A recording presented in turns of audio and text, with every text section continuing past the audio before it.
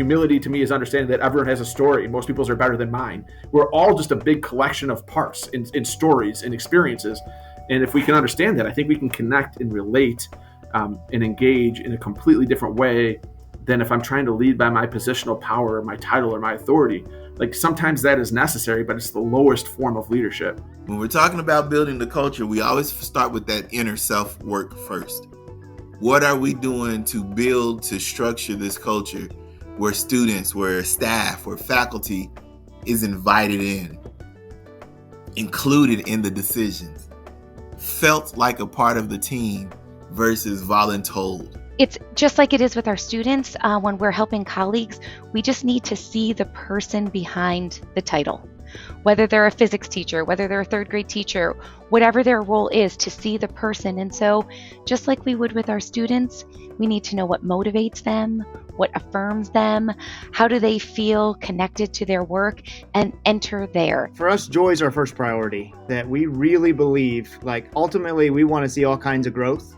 But our growth is going to be limited if we're not the type of place that our people aren't eager to come to. The gravity of education right now isn't necessarily pulling us towards joy. So if we're going to get to a more joyful place, it's something that we're going to have to be very intentional about, and we're going to have to do it on purpose. So the work that we do is really, really tough work. So the team that you have is extremely important. Build the team, nurture the team, and slow down enough to actually look at what you've accomplished. There are students I had this school year that have poured into me and changed who I am, or have reminded me of why I do what I do. Even those kids that are your hard kids, I had a kid one year that screaming at me in the hall, and I just looked at him and I said, you can yell at me every day.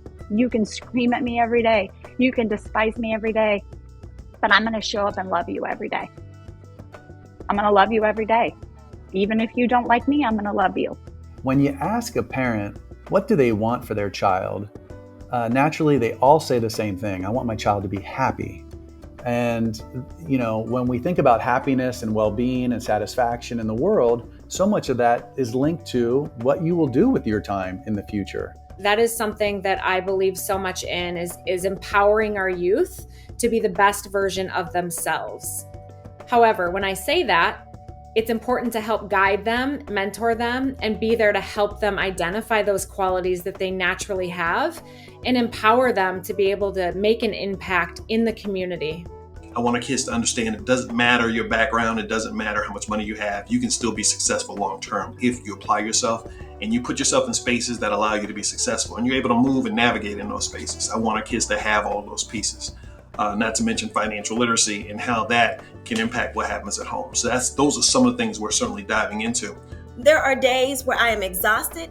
I don't even know where I'm going to get my strength. But when I see a child, I act and I show up. Because for them, I might be the only positive face that they see. So it is so important for us to maximize those opportunities to excite, to ignite, to inspire them to be their best selves. And we are the adults, and we have a choice. We chose this profession. It is our choice. If your experience will be anything like mine, students gave me the roadmap to best serve them, to help them grow in character and leadership, to keep my finger on the pulse of where today's high school athletes are. Not because I had some great strategy, because I listened. People talk about what they believe all the time. And I've gotten to the point, Tom, and I've said this multiple times in front of literally thousands of people. I really don't want to hear what you believe in. I want to see how you behave. How you behave will show me every single thing there is about what you believe in. One thing that, sometimes schools are lacking is just the shout outs for your staff. So is there a way to give a shout out this week to, somebody in your district or your school building that just gives it their all and just a simple thank you? So I have to understand what it's like to be you so that I can address your individual needs.